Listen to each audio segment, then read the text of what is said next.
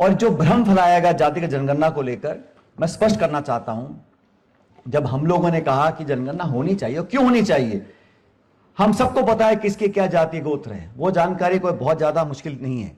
तो आप सेंसस करें, उसमें एक कॉलम और ऐड कर दें कि आपकी जाति क्या है, वो लक्ष्य नहीं है।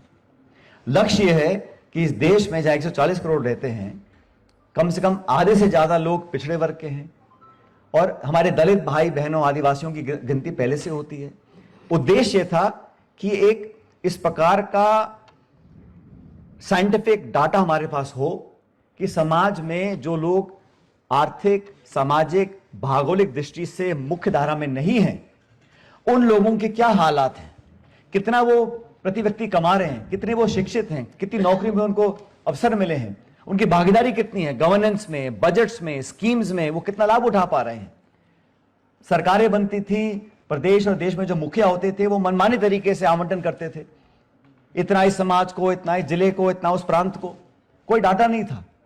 हम चाहते हैं पता तो पड़े, जिन लोगों के नाम पर वोट बटोरे जा रहे हैं वो किस प्रकार अपना जीवन व्यतीत करते हैं, उनके बच्चे बच्चियां कहां तक पढ़े हैं, पढ़ लेकर कहां भटक रहे हैं, कितनी नौकरी उनको मिली है। इस प्रकार का जब विवरण हमारे सामने डाटा में आएगा तो हम कह सकते हैं कि हमने 100 रुपए आवंटित किए थे इस समाज के कल्याण के लिए, और यहां पे सिर्फ 20% पैसा यूज किया है, या यहां पर सब बहुत प्रगति कर चुके हैं। हमें किसी और वर्ग को विद इन ओबीसी देखना है, क्योंकि ओबीसी भी कोई एक समाज नहीं है।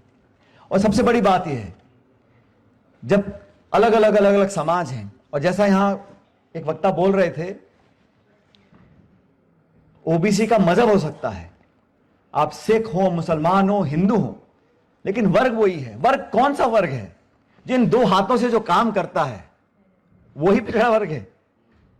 वो अन्नदाता भी है, वो कारीगर भी है, वो दूधदाता भी है।